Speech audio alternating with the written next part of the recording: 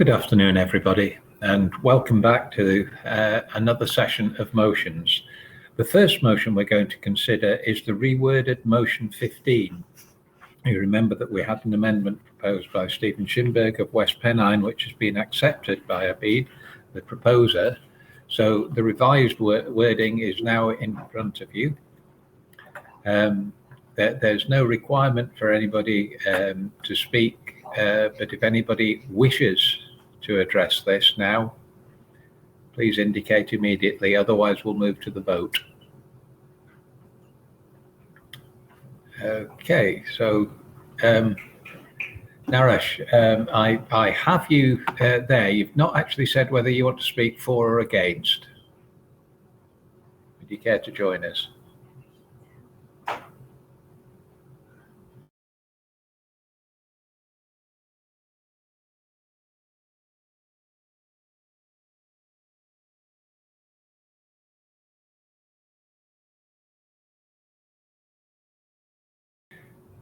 Right, Naresh, we're waiting for you to join us.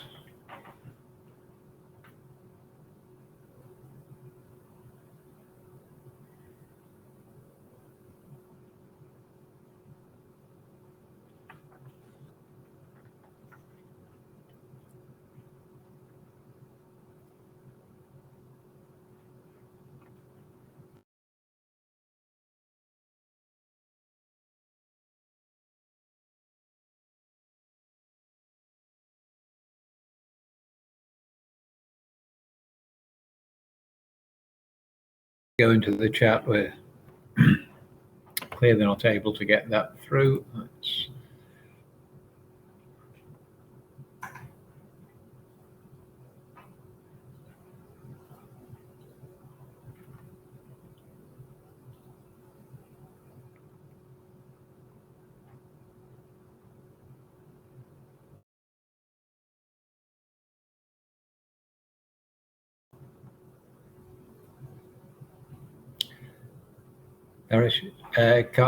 Right, you can't get a link. Well, could you just type what it is you'd like to say? The answer to Joe Hendren's question, which people might have asked, is no, there won't be a vote on the amendment because the proposer accepted it. There's only a vote if they don't accept it, and then we debate.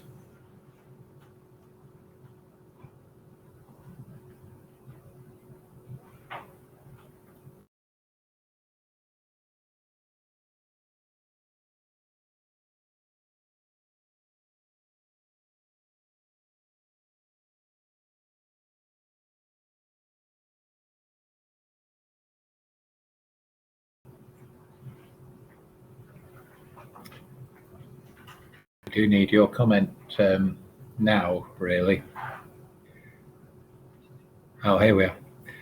I'll read that for people who aren't looking at it. I don't feel the BDA should fund this challenge.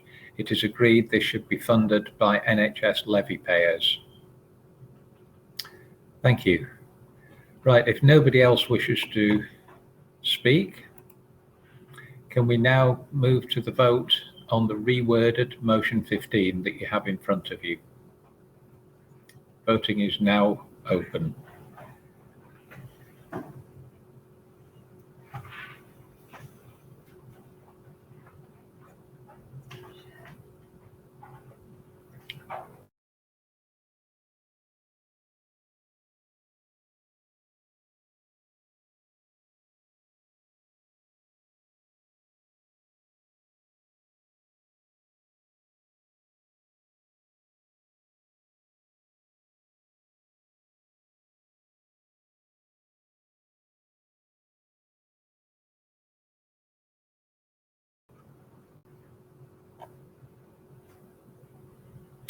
So carried, not unanimously by any stretch of the imagination, but that's carried. Thank you. We'll now move on to motion 18, Adam Porter from Brotaf. Adam.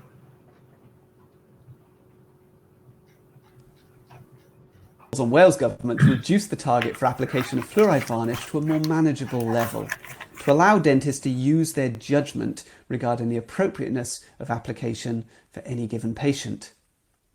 One of the primary contractual targets in Wales at the moment is the requirement to apply fluoride varnish to 80% of all children, regardless of their individual risk, and 80% of adults with a moderate or high caries risk, as determined by a standardised assessment of clinical risk or need.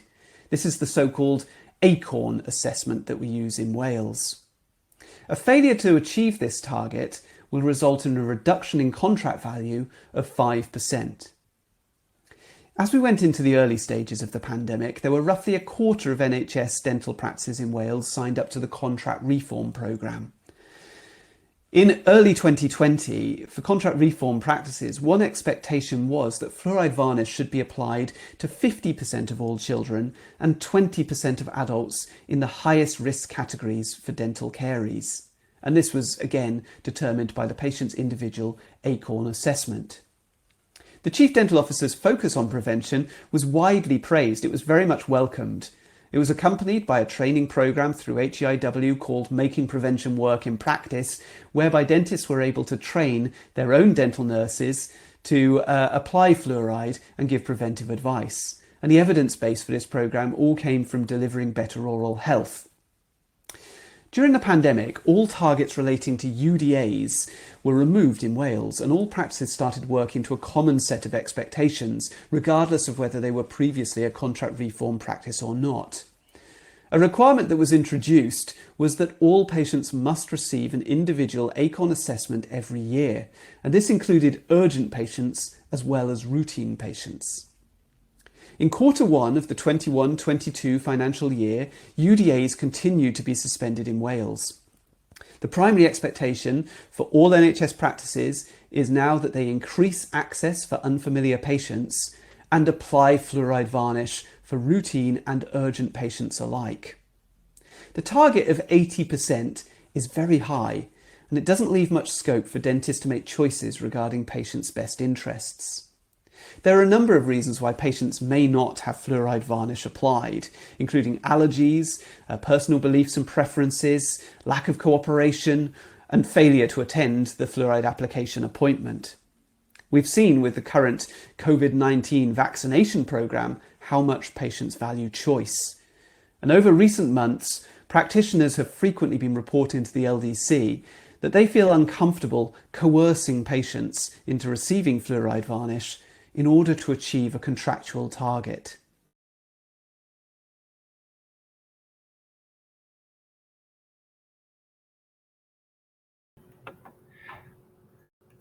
Nobody has yet indicated they wish to speak. No, nobody applying there. So in that case, we'll move to the vote. Obviously, this is Wales only, just Wales representatives to speak, to vote.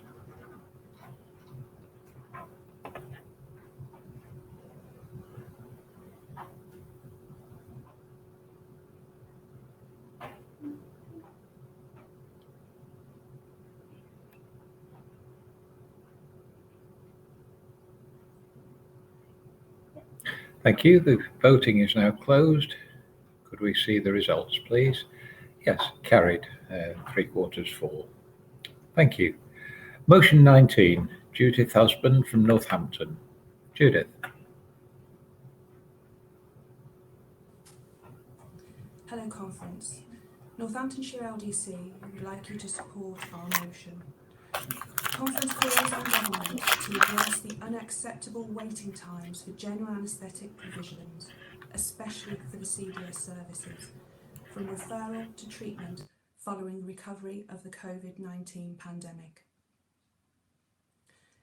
The current referral to treatment waiting times in Northamptonshire stands at 36 weeks and rising. We appreciate there is significant regional variation. However, generally, waiting times for dental general anaesthetics are increasing exponentially. It is essential that we have adequate provision for our patients in dentistry, and it is essential that dental teams in general practice have the appropriate specialist support and services to enable us to look after our patients and enable our patients to have healthy lives. With GA lists running currently at 50% capacity, there is currently no clear timeline of when the situation will be reviewed or how the backlog will be addressed. This is unacceptable. The patients that rely on these services are often those who are the most vulnerable in society, adults and children who are in dire need, where general practice cannot, for a variety of reasons, fulfil all of their care. Dental teams need the specialist support. We're left with distraught parents and carers, patients in severe pain and at risk of sepsis, and this situation is unacceptable. We call for the provision of a clear and transparent timeline with information and a plan of how this backlog will be addressed and how the service will be able to increase capacity to support all our patients. Conference, I move for you to support our motion. Thank you.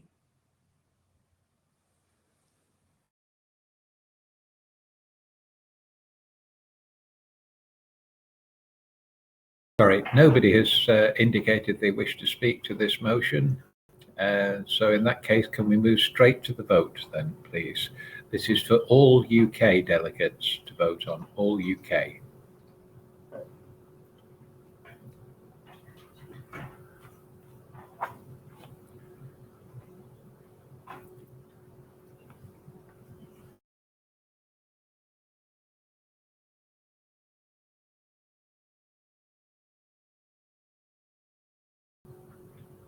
Thank you. Can we close the vote now and display the result? So there we are. Not quite unanimous, but very close to it. Well done, Judith. Thank you. Can we now move on to motion 20, Simon Hernshaw from Hull and East Riding of Yorkshire.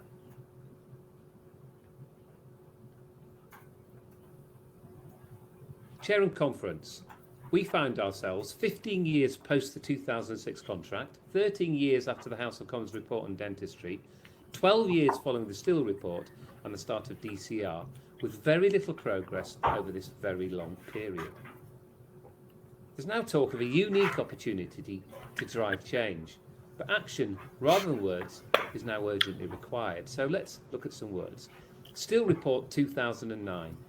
We recommend the delivery of a staged pathway of care with clear incentives for improving health, improving access and improving quality.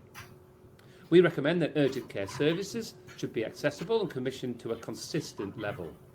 We recommend that dental contracts are developed with much clearer incentives for improving health, improving access and improving quality. Is this evolution or revolution, the report asks? With the answer that the current contract regulations are indeed flexible and change can be achieved moving in increments. The House of Commons Select Committee report 2008 is damning. We conclude that this contract is failing to improve dental services measured by any of the criteria. So all very perceptive words, belying the glacial progress made in the last 12 years, leaving patients and practices trying to make a broken system work, a system that fails those patients who need care the most, a system that struggles to be targeted at inequality, and a system seeing increasing numbers of contracts being handed back. Between June and October, we saw primary dental care released from the UDA shackles, delivering an 8-fold increase in urgent care and a 22-fold increase in urgent care for new patients, so exactly the outcome required, yet outside UDAs. In the same period, there was a lot of progressive discussion around building back better outside of UDAs. So what's happening on the ground? In Yorkshire and Humber, we are exchanging 10% of contract value for innovative approaches to access and targeted prevention. The East of England are using flexibility to meet urgent dental care and stabilisation challenges, and Manchester is commissioning child-friendly practices to reduce GA backlogs.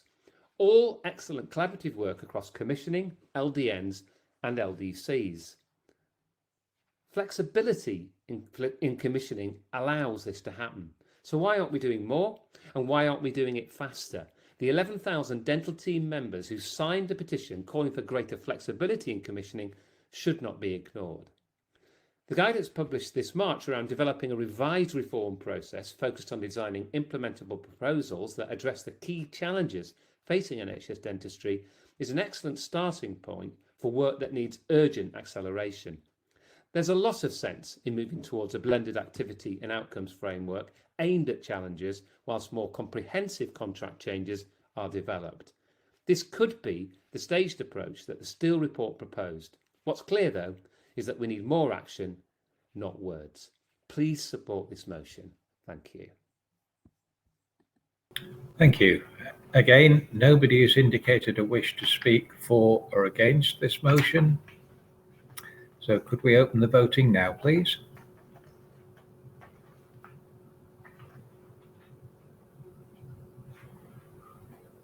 This is, of course, an England motion.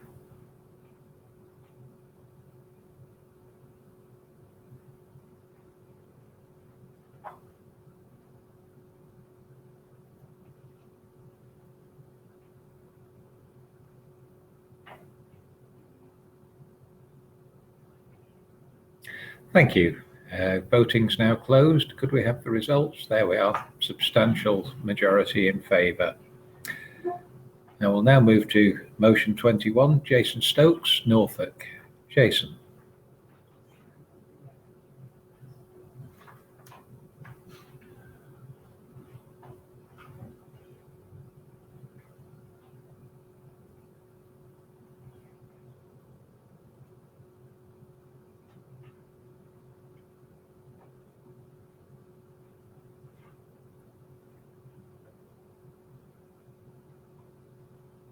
Motion 21, Norfolk LDC.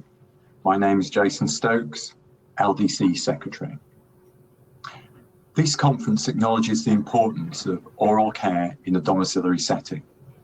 The important role of domiciliary dental care is often viewed as an afterthought and is not well commissioned by NHS England. The majority of domiciliary care is delivered in the care home setting. In 2019, the CQC published their report, Smiling Matters. This report found that among the homes it visited, most had no policy to promote and protect people's oral health. Nearly half were not training staff to support daily oral health care. 73% of care plans reviewed only partly covered or did not cover oral health. It could be difficult for residents to access dental care, and 10% of homes had no way to access emergency dental treatment for residents. There is no indication that these deficiencies have been systematically addressed by the commissioners. The need to reform health and social care is recognised across the political spectrum. Oral care in the domiciliary setting should be commissioned to eliminate the deficiencies highlighted by the CQC. Thank you. Thank you. And nobody seems to have indicated they wish to speak. So can we move to a vote on motion 21? This is for English delegates only.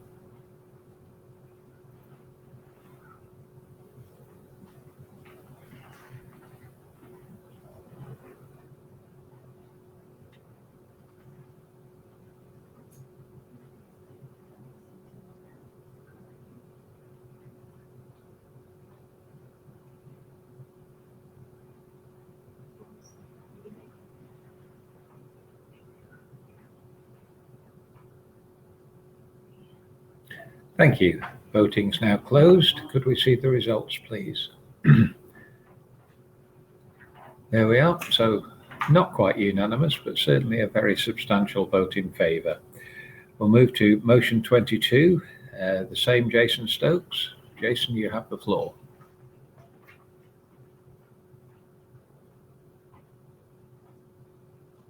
Motion 22, Norfolk LDC. My name is Jason Stokes, LDC Secretary. This conference calls for the GDPC to ensure that NHS England commissions adequate care for the changing demography of the population that reflects local variation. The current tendering processes across the NHS have been at best ineffective and at worst disastrous. The process for commissioning orthodontic services across parts of England have collapsed, leaving many colleagues and patients in a state of limbo. This process has illustrated administrative failings by NHS England and has shone a spotlight on the role and effectiveness of tendering in dental care. Any process used to commission suitable domiciliary care for our ageing and changing populations must learn from the mistakes of the past to commission a service suitable for the needs of some of our most vulnerable patients. Thank you. Thank you. Again, nobody's indicated they wish to speak to this motion. So I would now open the vote. English voters only, please. English delegates.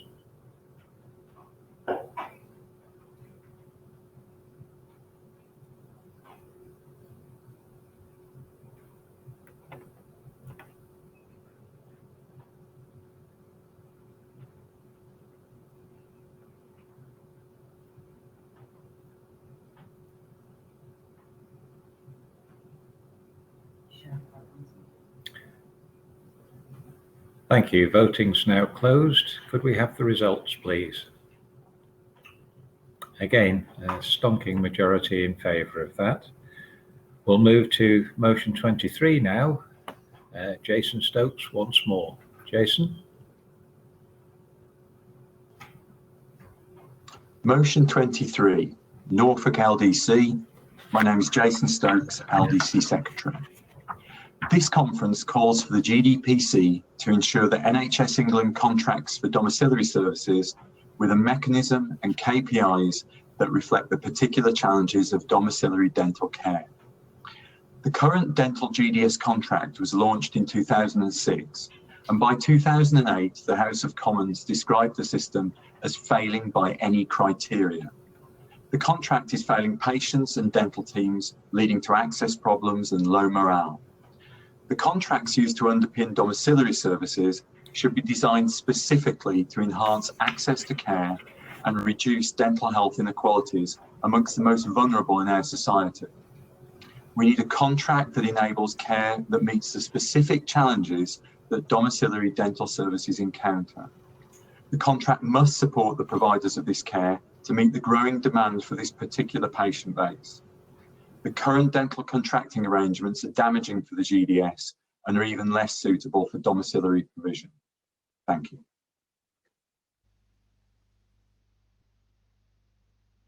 Again, we have nobody indicating they wish to speak for or against this motion. So we'll go straight to the vote on motion 23. Delegates from English LDCs only, please.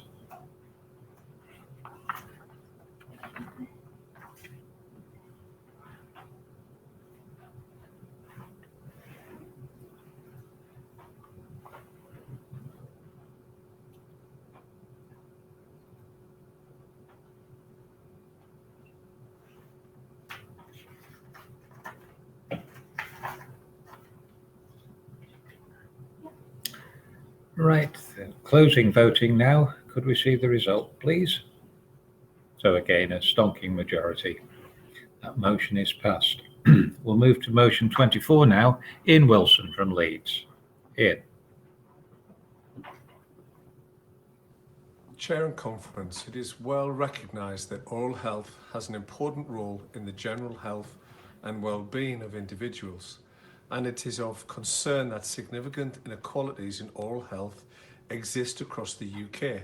Today, over 300,000 people are estimated to be homeless, including 4,500 people sleeping rough and 70,000 households in temporary accommodation. People experiencing homelessness have significant difficulties in accessing dental care services, often presenting with high levels of dental disease, and many of them require additional support due to complex health and psychosocial needs. We recognise that a more holistic approach could be incorporated into the delivery of context-sensitive oral health care for these socially excluded population. And we agree that all patients should receive the appropriate interventions available, including urgent dental care to relieve any acute dental problems, evidence-based oral health promotion in line with PHE guidance delivering better oral health, and restorative treatment and support to achieve dental fitness. Any future proposed service for the homeless and marginal need to be reactive to the needs, engagement, and overall well-being of the individual to deliver care at every contact. Equally, services would actively seek to collaborate with local groups and organisations that already work with this patient community.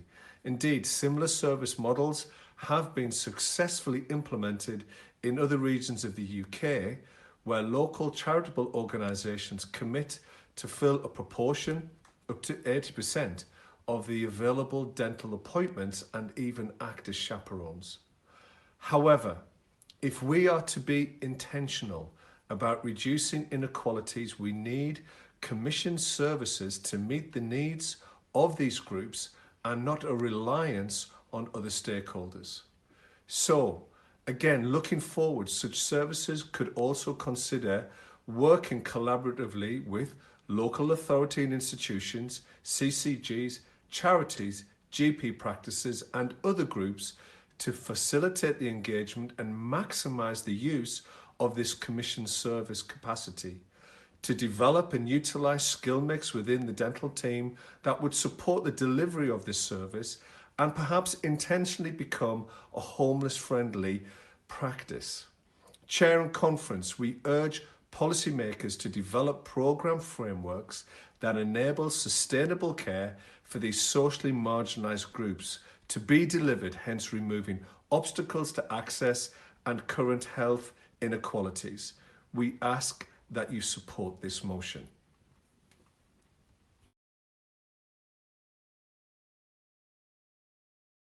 But an observer from Wakefield LDC who wishes to speak for the motion. Sarah.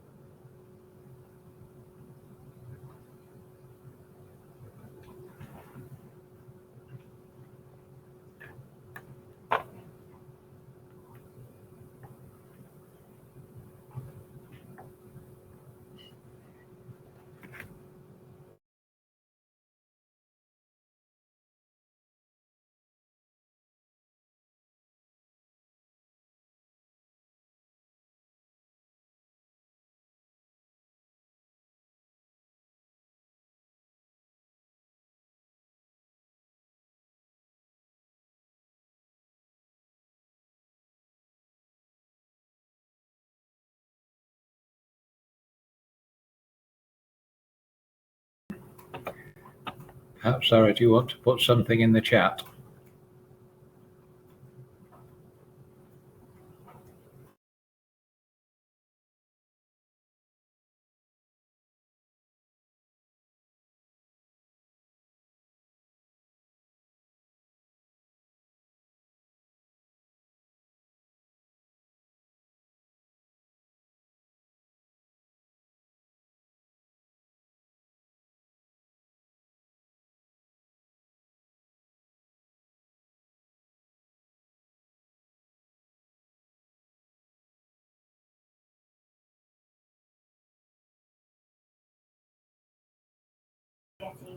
Right. It'll be readily apparent to people that we're having a few technical issues here. It appears that over lunch a lot of people did log out, so we're going to reset the system. So can I ask everybody to log out, log back in again? I'm suspending the session and we will restart, and hopefully things will work a lot more easily then.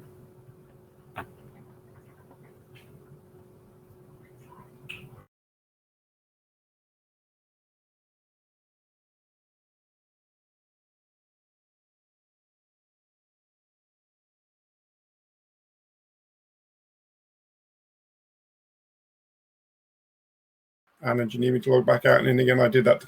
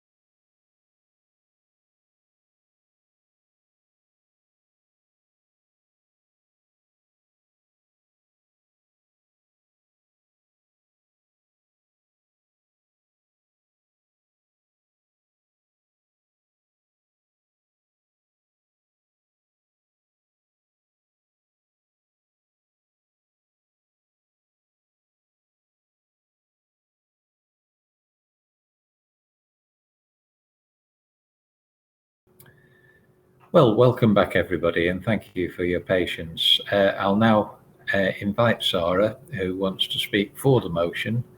Just to remind you, we are looking at motion 24. Sarah, would you care to take the stage? Motion this afternoon. I'm currently in my first year of longitudinal training practice and hospital, and I'm an observer for the Wakefield LDC today. As part of my foundation training, I have been working with a group of foundation dentists on the Smile Foundation project in Wakefield and Rotherham. And as part of this project, we reach out and invite looked after children and vulnerable adults to attend for routine dental appointments, and we deliver the appropriate dental care and advice. Recently, as part of this project, a 17-year-old patient visited with their carer for a routine appointment, and this patient had quite complex medical concerns and was a wheelchair user. They were also under the Section 20 of the Children's Act, which essentially means there isn't a responsible parent, somebody who's parentally responsible for this patient, or the patient has been lost, abandoned, or made homeless, or the person who cared for the patient can't provide for them anymore. The examination did reveal multiple carious lesions which required treatment, and our practice did not have, but fortunately she was referred to the local dental services, and this was accepted. The experience in itself shows the difficulty and lack of access that these patients and vulnerable people experience in order to access the appropriate dental services. And our project has raised awareness for access difficulties, but without this, the patient's dental health may have been neglected for much longer, and as a result deteriorated, requiring more complex care. So I believe in order for all vulnerable people to experience a similar access of care and quality of dental care, targeted services must be commissioned with appropriate funding. So I ask conference to support Ian's motion today. Thank you. Thank you. Ian, would you care to react? Thank you, Sarah. Thank you for that affirmation of what we are looking to do here in Yorkshire and Humber. I work closely with Sarah as one of our longitudinal FDs within foundation training, and increasingly so. We obviously we are aware of the challenges within NHS dentistry that this has adequately highlighted right from the beginning, and thank you so much for the opportunity to be here to represent Leeds LDC.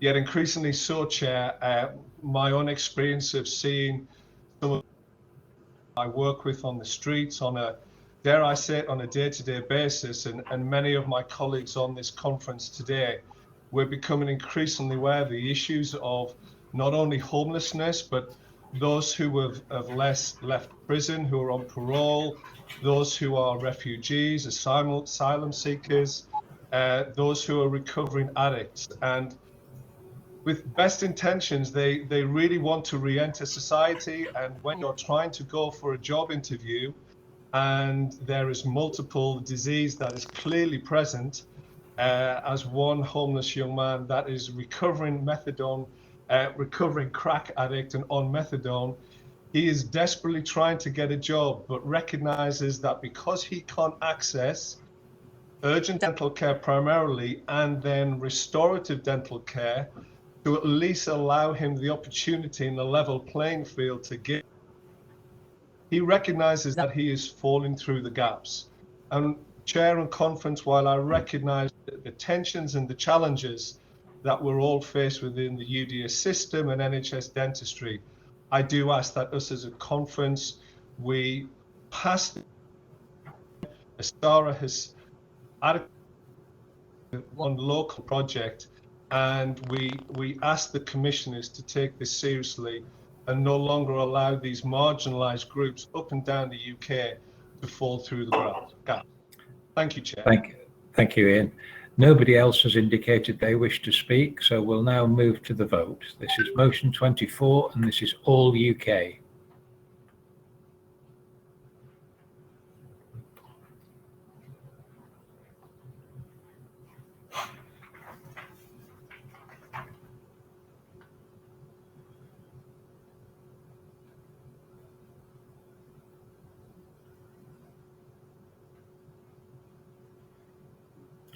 Thank you. I will now close the vote. Could we have the results, please?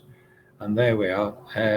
Pity that's not absolute, but only one delegate found they had to vote against. We'll move to motion 25 now. Russell Gidney from Gwent.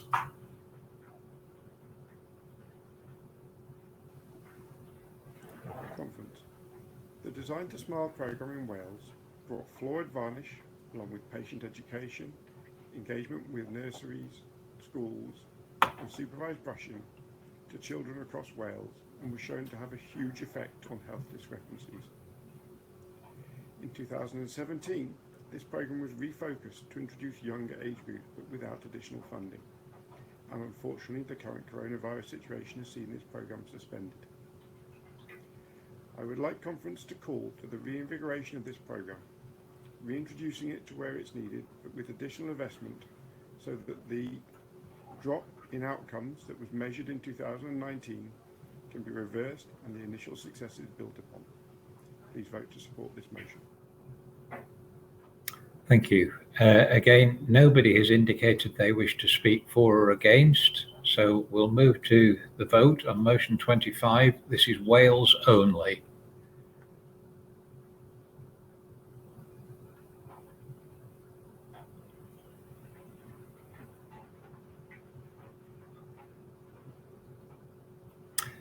Thank you. We'll close the vote now. Could we have the result, please?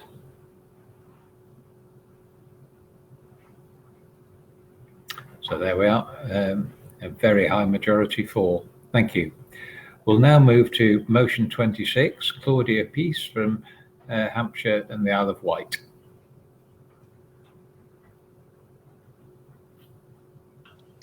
Conference. I'm Claudia Peace, and I'm Treasurer of Hampshire and Isle of Wight LDC. This topic for my motion has been bubbling along for years, but it was highlighted last summer when many patients found it difficult to access NHS treatment, particularly for urgent care, and they were being charged private fees to be seen. Inevitably, this created confusion and anger for some patients.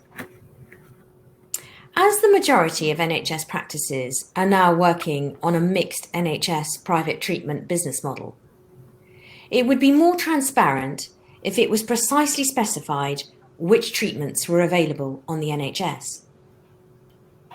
However, this will require government to take the lead. And what is imperative is that it is honest with patients about what dental treatment it can afford and is prepared to pay for. We know that COVID-19 will have a tremendous cost to us as a nation for years ahead. So perhaps now is the time to decide to fluoridate our drinking water and to perhaps limit provision of NHS dentistry. Maybe just to examinations or simple fillings, dentures and extractions, along with access to urgent care, and an education and preventive programme rolled out to nurseries, schools and care homes, with the full cost of more advanced restorative work being paid for privately by the patient. It could allow the profession more autonomy and use of their skill mix in provision of preventive programmes, with the result that patients become better educated, they improve their oral health, and can be more informed about their NHS choices. So now is the time to start an open debate. Dental contract reform already plays into much of this. Let's not lose this opportunity to address the difficult issues and consequently affect real reform in dentistry. Thank you. Thank you, Claudia. We have Keith Percival from Hampshire and the Isle of Wight who wishes to speak for. Keith?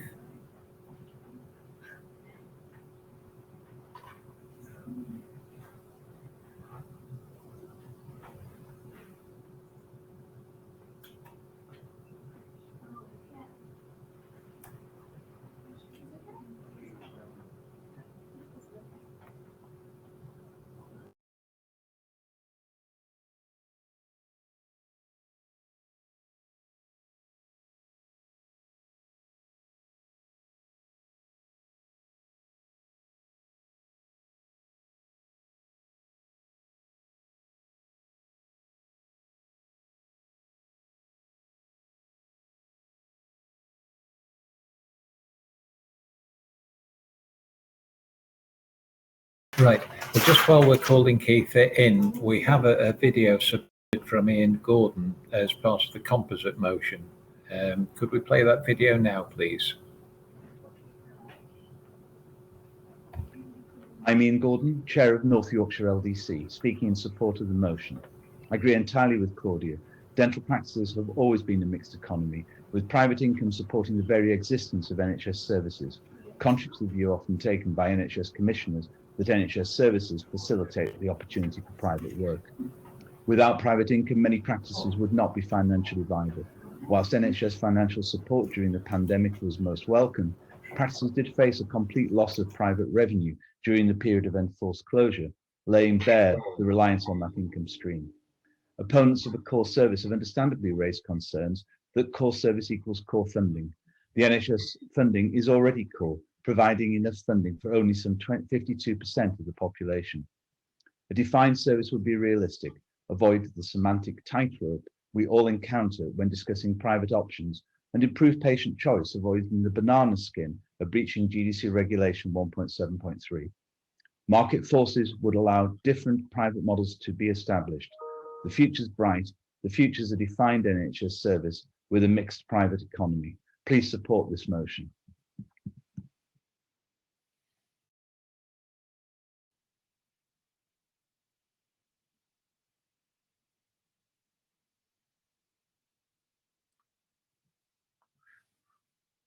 Right, Keith, I can see you there. So would you care to say your piece? Yeah, thank you very much. Yeah, I'm sorry, I'm an IT dinosaur, but I'm here now. Right, well, historically, successive governments and CDOs have dodged this one, and they've refused to decline the NHS offer. What other profession would wish to work in a system that lacks transparency?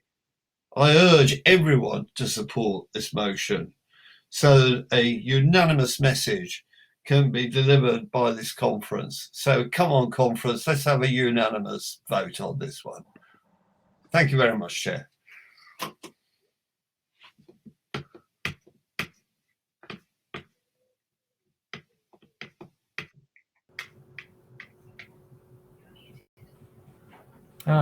Bonjour. Oh, hello. Hi, Chair. Yeah, I want to speak for this motion because I've always been in favour of defining the clarity of the NHS offer, definitely. And there's lots of different ways of doing it. So we can vote for the motion, but we don't necessarily have to decide exactly how it's going to be done here, because I don't think it needs to be a list of specific in or out. Because that could ration things and it could see us as refusing treatment. I think what we need to do is define what is clinically necessary and what is mandatory, and it all amounts to the same thing. They're just different ways of doing it. But I would also say that rather than to leave it to the Department of Health to do it, we need to be at the table and making those decisions with them, because it's up to the profession to decide what's clinically necessary, I think. So vote for it. I'm going to vote for it under that proviso that we're at the table. Thank you very much. Nobody else has indicated they wish to speak, so we'll now move to the vote. This is for people representing English LDCs, and we're voting on the substantive motion number 26 that Claudia proposed. So if you can vote now, please.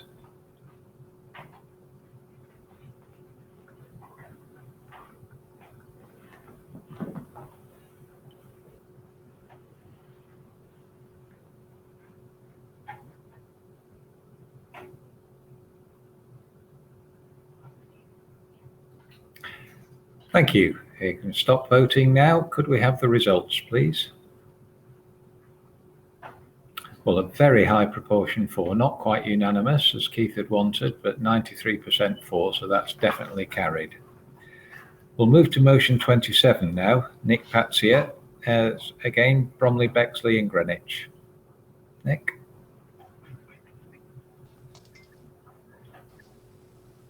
It should become our industry standard that deposits should be taken to secure appointments for all NHS fee-paying patients.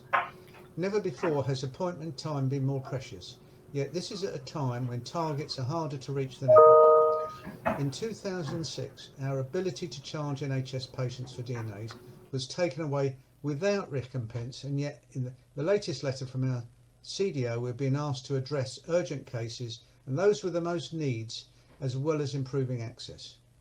Without the ability to take band 1 and 4 charges on booking, it's like tying one hand behind her back at the same time as imposing increasingly demanding targets, which is just not fair. Especially now with increased waiting times, how often does reception field calls from patients looking for NHS treatment who book appointments and then don't show up, either because they've been offered another one sooner at another practice or just can't be bothered to turn up at all? After an experimental period when we introduced that charge on booking, some patients suddenly decided not to continue, and the ones that did nearly all started to turn up. Is that very strange? Why on earth do the NHS allow band 2 and 3 charges to be taken in advance and yet not band 1 and 4? Completely potty, but typically indifferent.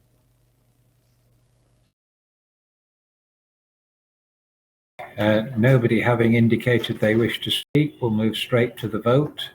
This is England only. England only. Motion 27, please vote now.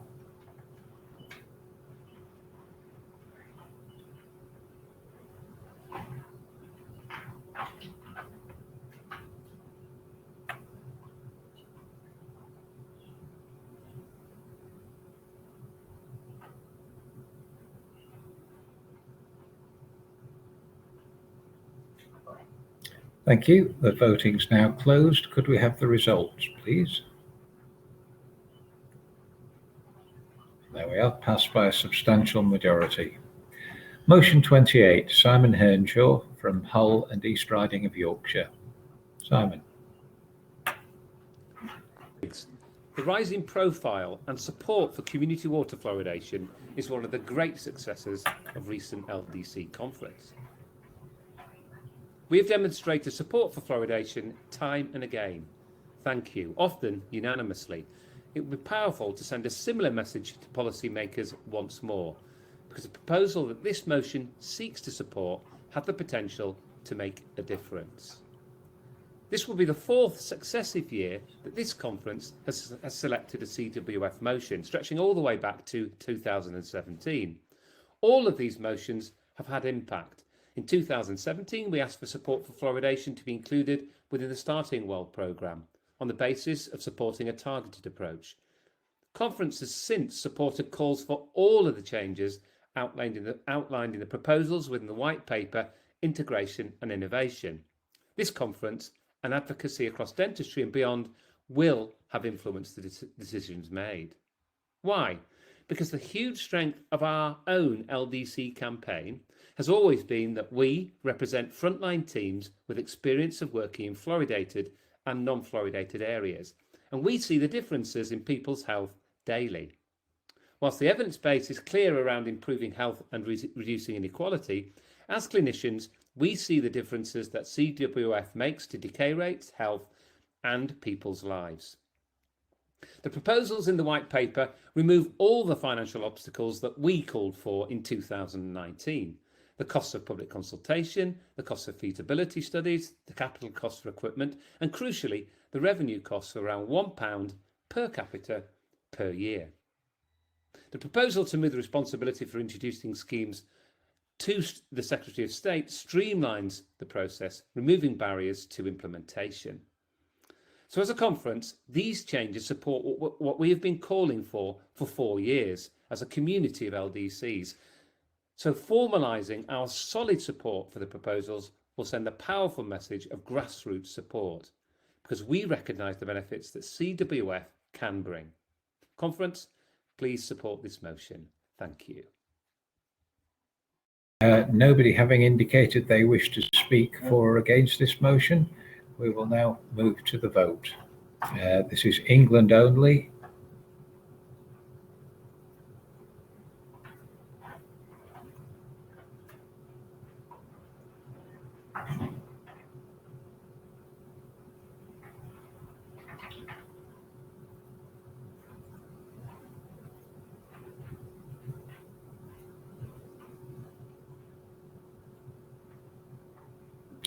Thank you.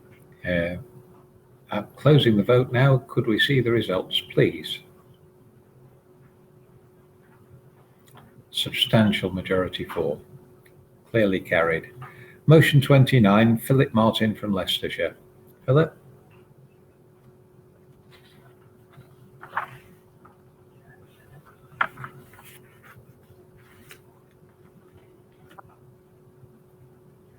Integrated care systems are now being established across the country. Led by medics, these new organisations will have the responsibility for commissioning NHS dental services, as well as for much of the administration of general dental practice. To fulfil these functions, the ICSs need access to clear, unbiased and authoritative advice, which understands the needs of general dental practice and its patients. Whilst it would be nice to think this advice could come from LDCs, realistically, we can expect it will be obtained via the local dental networks and primarily from the LDN chairs. It is therefore vital that the LDN chairs understand the needs of primary dental care and that any vacancies are promptly filled. In the East Midlands, an interim LDN chair was assigned last autumn to replace the extremely effective wet-fingered general dentist who had led the LDN until he was appointed as our new Deputy CDO in England. The interim chair subsequently resigned as a result of a number of issues, including a failure by NHS England to pay her correctly, and the LDN now languishes without any effective leadership or ability to further the dental agenda. NHS England promises they're looking for a new LDN chair, but they appear to be making no moves to fulfil that promise. Many of you will have experienced something similar. All too often, when the LDN chair resigns, it takes months to appoint a replacement.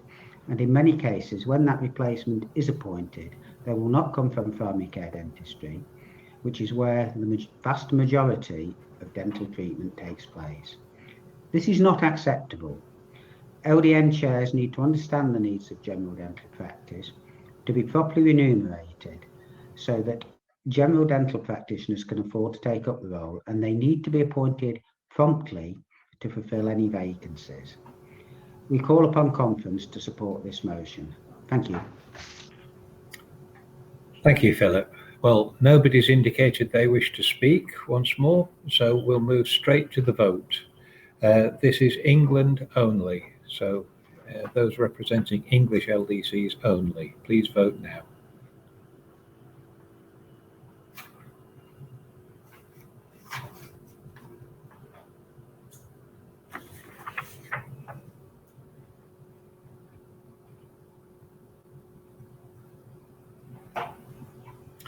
Thank you. Close the voting. Could we see the results, please? Oh, almost unanimous. So substantial and carried. Motion 30 from Rua Kahende, Brotaf. Good afternoon, conference. My name is Rua Kadene Manjoro from Brotaf LDC. Across the 4 nations, significant advances have been made in the delivery of dentistry. The UK is a global leader in the diversification and professionalization of our oral and dental workforce, in that since 2008, it has ensured that all dental professionals are registered with a single regulator, the General Dental Council. This establishment of integrated governance, together with increasing emphasis on team working and skills extension, provides a strong platform to meet the future and oral and dental needs of the changing population. There is recognition that as a population is living longer, to protect the NHS, there has to be sustainability and workforce planning. We will continue to see wider and more effective use of skill mix in dentistry. In England and Wales, work is already being done to remove barriers to skill mix in legislation. Dental care professionals have generally been unable to join NHS performance list and hence are generally prevented from sitting on local dental committees as full members. However, Future Oral and Dental Workforce for England 2019 suggests that dental contract reform in England should support innovation and ensure NHS performer status for dental therapists, hygienists and clinical dental technicians. Similar work is already being implemented in Wales, where skill mix is actively encouraged by commissioners and rewarded by innovation funding. In the field of education, Wales again has led the way, with the first DCP named Postgraduate Dental Dean of Education. This is again as echoed in England by an education training review, Advancing Dental Care Phase 2, which is currently taking place, which will collate robust evidence base about the population's oral health needs and model the most appropriate dental workforce to meet those needs. It follows that in the interests of our patients and improving the profession, local dental committees should actively engage with all members of the team and give a voice to all. For all local dental committees to actively engage dental care professionals and to ensure that their voices are heard. Thank you.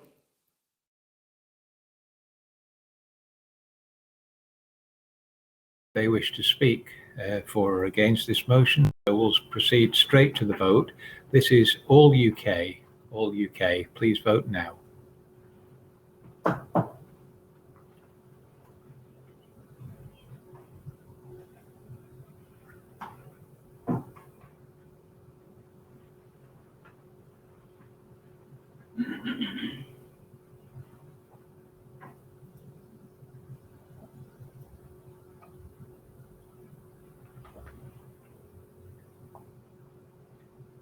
Thank you. I'll close the vote and call for the results, please. So, passed by a substantial majority. That's it. Now, motion 31, Russell Gidney Gwent. Russell? The coronavirus pandemic has brought to light aspects of dentistry that we've never considered before. There's been huge amounts of work undertaken to see that practice is supported and to maintain the operating procedures that we currently work to and still need further work on to review as we come out of this pandemic. But whether justly or not, this has left private practices or those with mixed income feeling that their concerns were not being fully addressed and not being represented. And this in turn has led to the upshooting of branch organisations trying to address this concern. In reality, the LDC structure and the committees that it supports are largely funded by NHS practices by the nature of the income that they derive.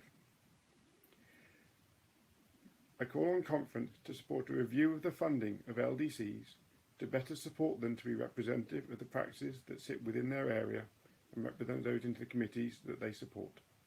Please vote to support this motion.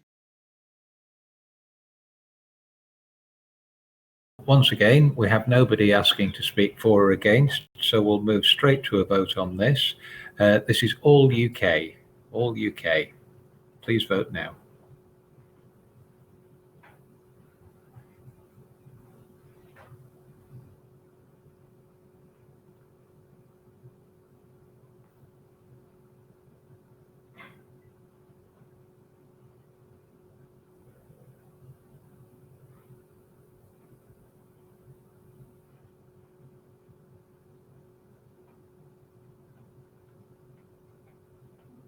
So, thank you. We're closing the vote now. Could we have the results, please? There we are. Passed by quite a substantial majority. Motion 32, Laurie Powell, Oxfordshire, please. Hello, my name's Laurie Powell. I'm from Oxford LDC, and I want to talk to you about procurement of special care and paediatric dental services. Just in case you were uncertain, the Special Care Dental Service provides treatment for people with complex needs who are unable to access care at high street dentists. On the 11th of February, the Department of Health and Social Care published the white paper, Working Together to Improve Health and Social Care for All. This sets out legislative proposals for a health and care bill. Hearted within the proposals is a marked shift away from competition favoured previously in the 2012 Lansley reforms. The paper states that removing competition and procurement rules could give greater flexibility to deliver joined-up care to an increasing number of people. Despite this, NHS South East plans to press ahead with competitive procurement of special care and paediatric dentistry once the current contracts end in 2023. Tendering for NHS service through open procurement has always been contentious. NHS South East's justification for the tender is there is significant variation in service provision and funding with different types of provider and a desire for a common core offer for all patients across the South East region through fewer contracts. The former competition and procurement rules are not well suited to the way healthcare is arranged. They create barriers to integrating care, disrupt the development of stable collaborations, and cause protracted processes with wasteful legal and administration costs. I remind you of the orthodontic tendering debacle. Legal challenges and major disruptions to patient care have haunted the ill thought out orthodontic procurement, and it feels as though NHS South East haven't learnt anything from this. They propose a two-stage process for the tender. One, to invite expressions of interest to provide the services, and two, competitive tender unless there's only one interested party. Clearly, NHS South East seems intent on pursuing an aggressive policy of competition for special care and paediatric dentistry across the region, despite the development of national policy for services to collaborate. What do the specialists in the field think about the dogmatic pursuit of savings over quality? They have seen evidence that the commissioners are pursuing the lowest quality providers in the name of efficiency. Putting together a competitive tender is a distraction from providing dental care and treatment to some of the most vulnerable in our society. At a point when the NHS is finally turning its back on pointless competitive tendering, NHS England carrying on regardless. As dental commissioning is set to be handed back to the regions, why do they continue their dictatorial pursuit of this policy of enforced competition when the main body of the NHS has turned its back on it? Special care and paediatric dentistry providers have seen dramatic increases to their already long waiting lists as a result of our current pandemic. Surely it is in the exercising futility, wasting time, energy and taxpayer money on a tender rather than directing money into treating patients, those most vulnerable in our society. Are our community dental services broken? Then why are they taking a sledgehammer of tendering to cover up the cracks the commissioning has already created? Oxford LDC urges conference to condemn the continuing competitive procurement of special care and paediatric dentistry services in the South East, or the starting up of this process in any other region, and calls for it to be abandoned until a new provider selection regime is in place. Thank you. Philip Martin wishes to speak for the motion. Philip. Yes, I'd like to urge everybody to support this motion. The tendering system at NHS Dental is absolutely ridiculous. I sued in the orthodontic procurement successfully. I've recently been published in the Times calling for this to be scrapped with the Brexit regulation. Earlier today, we talked about the number of services that aren't being replaced. Why on earth is NHS England still going out to procure replacement services for contracts that are still in place and functioning perfectly well, and they're not replacing services that have closed down? If it wants to procure, why doesn't it procure them? Please support the motion. If you wish, you don't have to, seeing as that was in favour of your motion. Okay, right. Nobody else wishing to speak. Can we move to the vote now, please? This is England only, so those representing English LDCs, please.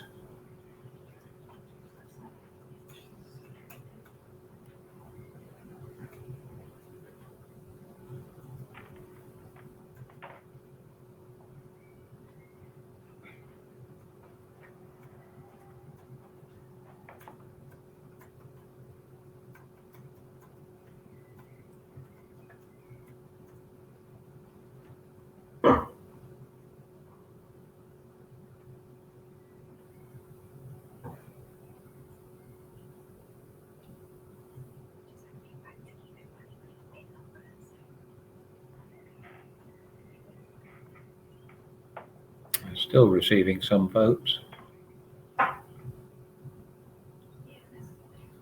Fine. If you stop voting now, please, could we see the results? There we are. So passed by a substantial majority. Right. Motion 33. Mark Woodger, Mid Mersey. Mark. Hello. It's Mark Woodger, and I'm the Honorary Secretary of Mid Mersey LDC and a first-time recorder at conference. As LDCs, we recognise vicarious liability is becoming an increasing issue. Despite all the dentists involved in the care of a patient and the practice owner having taken out indemnity in good faith, this new approach can leave practitioners vulnerable to enormous personal costs. Indemnity has been historically offered to individual practitioners for treatment they have provided, so a patient who suffers harm can recover any money they might be entitled to through compensation. If a claim is made against the treating dentist, the indemnity provider supports them and pays appropriate costs and any compensation. The legal entity who damages are sought from should not be used as a way to avoid the obligations that would otherwise fall to the indemnity provider. I propose this conference calls on dental indemnity providers to work together effectively to ensure proper support for current and former practice owners subject to vicarious liability claims, provided the dentist providing the treatment had cover at the time of that treatment. Thank you. Nobody having indicated they wish to speak to this motion, we'll move straight to the vote. Voting on motion 33. This is all UK. All UK.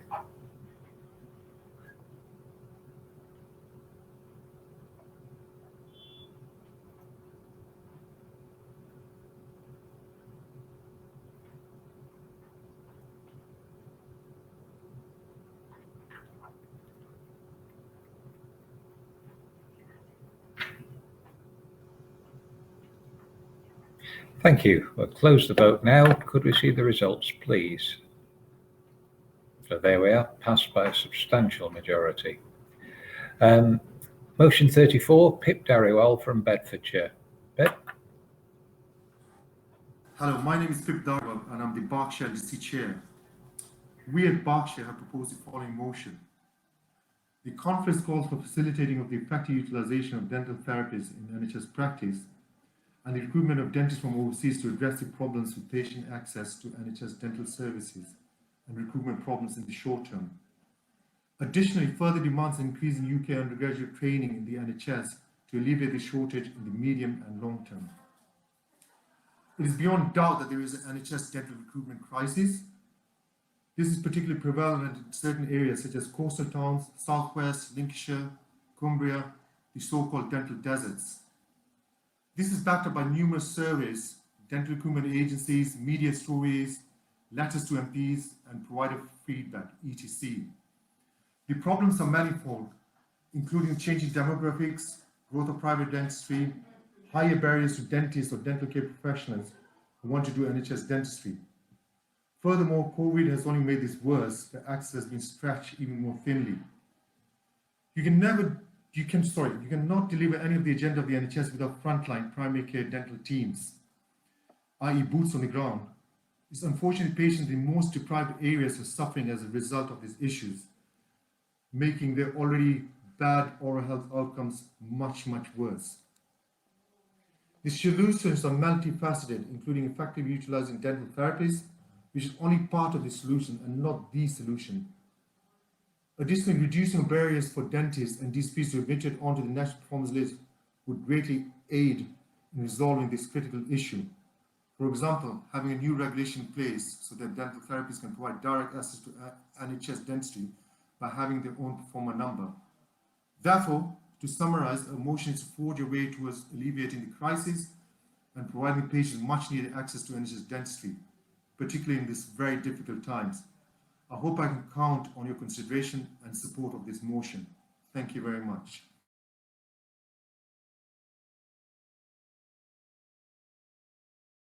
A slight correction, I appreciate that went out as Bedfordshire. It should actually have been Berkshire LDC, but that doesn't affect the sense of the motion. Nobody's indicated they wish to speak, so can we move straight to the vote on motion 34? This is all of UK.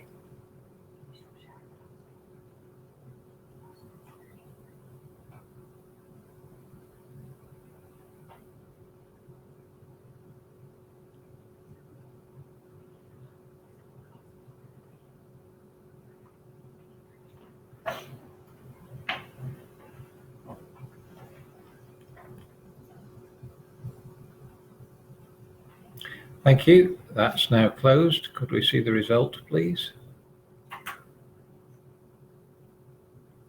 So there we are, passed by a very substantial majority. Thank you very much. Well, that brings us to... right.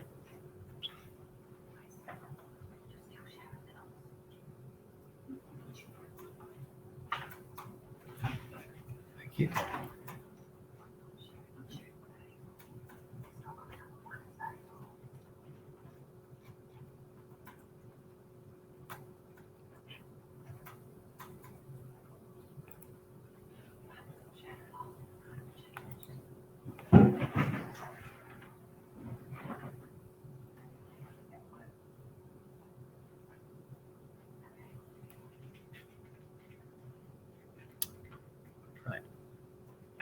So, slight recount.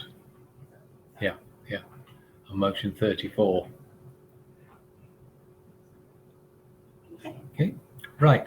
So that's the end of that particular session. We're running a few minutes behind, so if you can move over as quickly as possible to the next session, we're going to hear from Callum Youngson.